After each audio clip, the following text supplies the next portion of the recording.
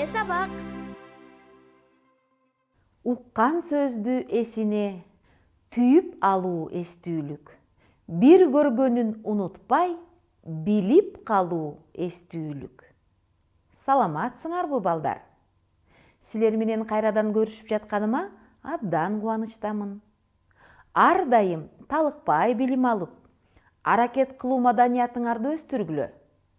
Анда эмесе, алипе сабагына даяр болсоңор, сабагыбызды жакшы маанай менен баштайлы. Сабагыбыз көңүлдүү өтсүн. Балдар, азыр жашынган тамгалар оюнун ойнойлу. Оюндун шарты боюнча көпөлөктүн артында кайсы тамгалар жашырылганын табышыңар керек. Кана, кайсы тамгалар жашырылган? Таап көргүлөчү. Силер туура таптыңар. Биринчи Е тамгасы, тамгасы, Ё тамгасы жана В тамгалары жашырылыптыр. Азаматтар, абдан жакшы аракет кылдыңар деп ойлойм.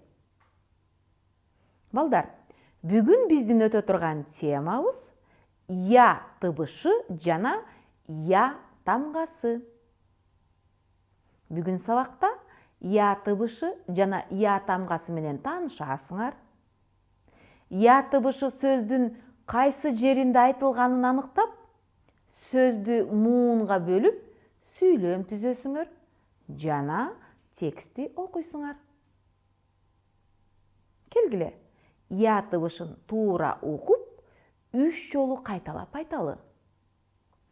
Я, Я, Я. Жакшы. Демек, тыбышты биз оозубуз менен айтып, кулагыбыз менен уктук. Ал эми тамганы көрөбүз, жазабыз, окуйбуз. Бул Я тамгасынын басма түрү. Ал эми бул жазма түрү. Баш тамгасы жана кичине тамгасы. Балдар, Я тыбышын тамга менен белгиледик. Кайталайбыз. Тыбыш тамга менен белгиленет. Тыбыш тамга менен белгиленет.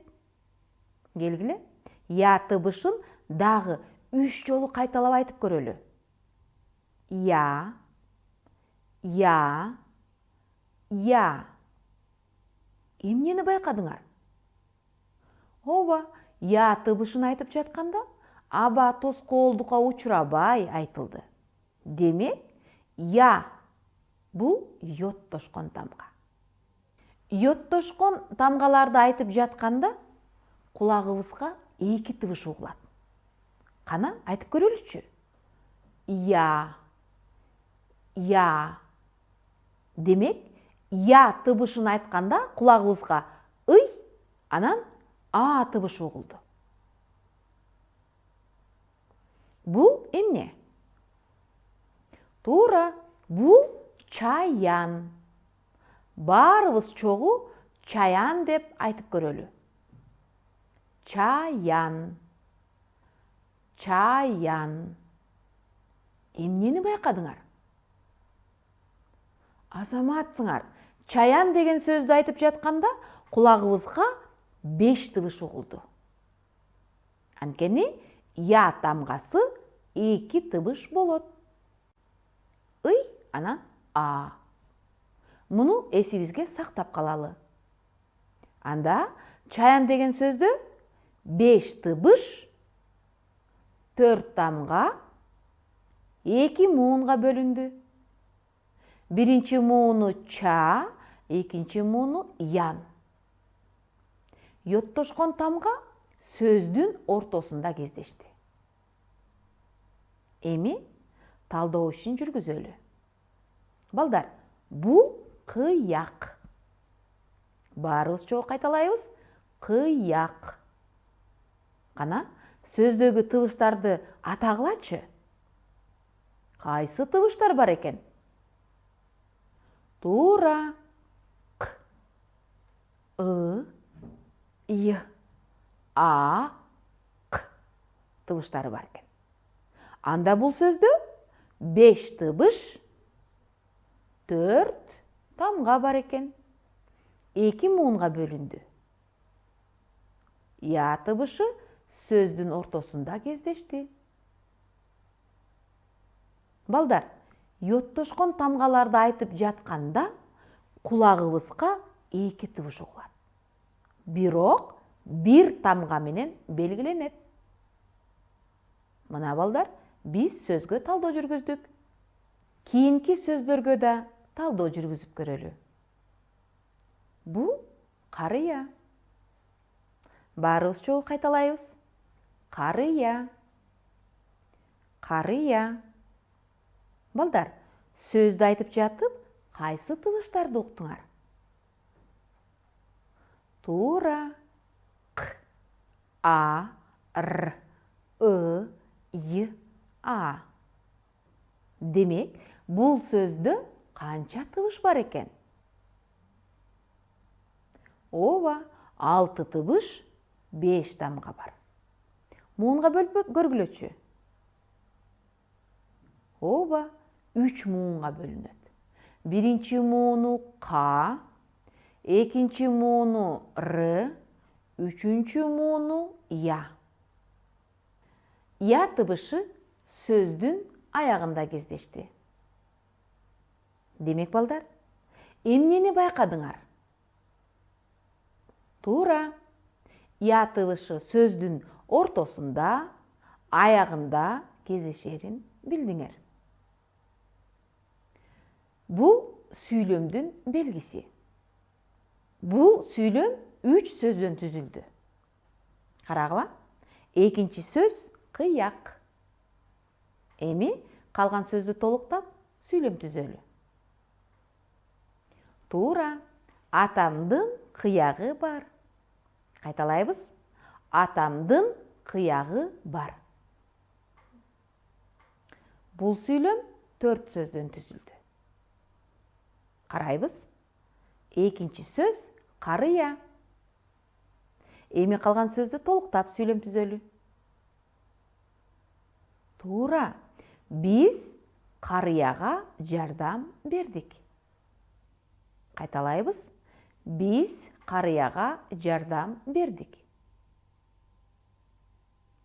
Демек, балдар, сүйлөм сөздөн түзүлдү.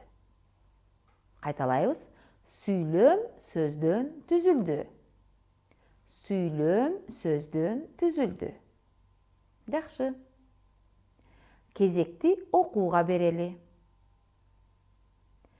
Чаян, баян, кыяк, карыя, жарыя, саяпкер. Жакшы. Азыр, балдар, мен силерге Күкүк менен Зейнеп деген чакан тексти окуп берейин. Силер көңүл буруп угуп отургула. Күкүк менен Зейнеп. Илгери бир куш уя салат. Ал 2 балапан басып чыгарат. Балапандардын биринин аты Зейнеп, экинчиси Күкүк экен. Балапандар учууга жакындап калат. Уянын кырына чыгып, талпынышат. Талпынып жатып, Күкүк жердин жаракасына кирип кетет. Уяда жалгыз Зейнеп калат. Ошол күндөн бери Зейнеп Күкүк, Күкүк деп чакырат. Жер астында Күкүк Зейнепти чакырып, жер үстүнө чыга албай жүрөт дешет. Кана, баарыбыз чогуу окуйлу. Күкүк менен Зейнеп. Илгери бир куш уя салат. Ал 2 балапан басып чыгарат. Балапандардын биринин аты Зейнеп, экинчиси Күкүк экен. Балапандар учууга жакындап калат. Уянын кырына чыгып талпынышат. Талпынып жатып, Күкүк жердин жаракасына кирип кетет. Уяда жалгыз Зейнеп калат. Ошол күндөн бери Зейнеп Күкүк, Күкүк деп чакырат. Жер астында Күкүк Зейнепти чакырып, жер үстүнө чыга албай жүрөт дешет. Азыр балдар, Я тамгасын жазуудагы элементке көңүл бургула. Калем сапты оң колго кармайбыз. Жазып жатканда жумушчу сапты колдонобуз. Үстүңкү сызык менен астыңкы сызыкты пайдаланабыз. Алардан ашып кетпейбиз. Анда абада жазып баштайлы.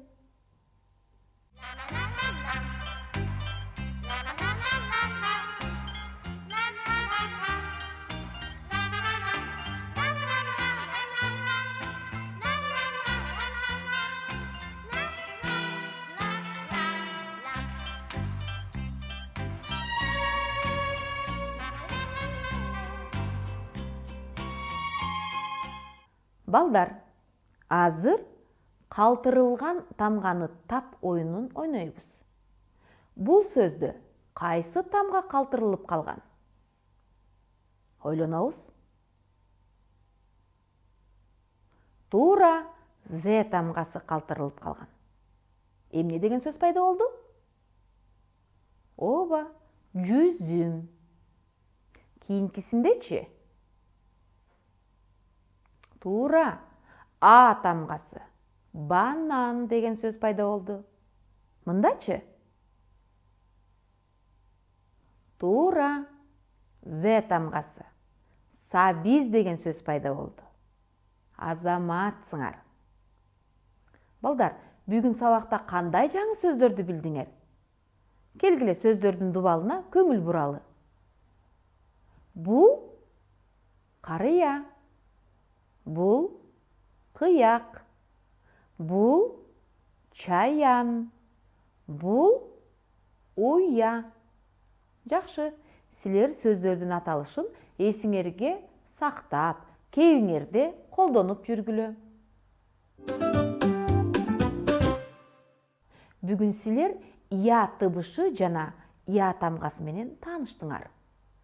Йоттошкон тамга экенин, эки тыбыш бир тамга болорун, сөздүн ортосунда, аягында кездешерин билдиңер.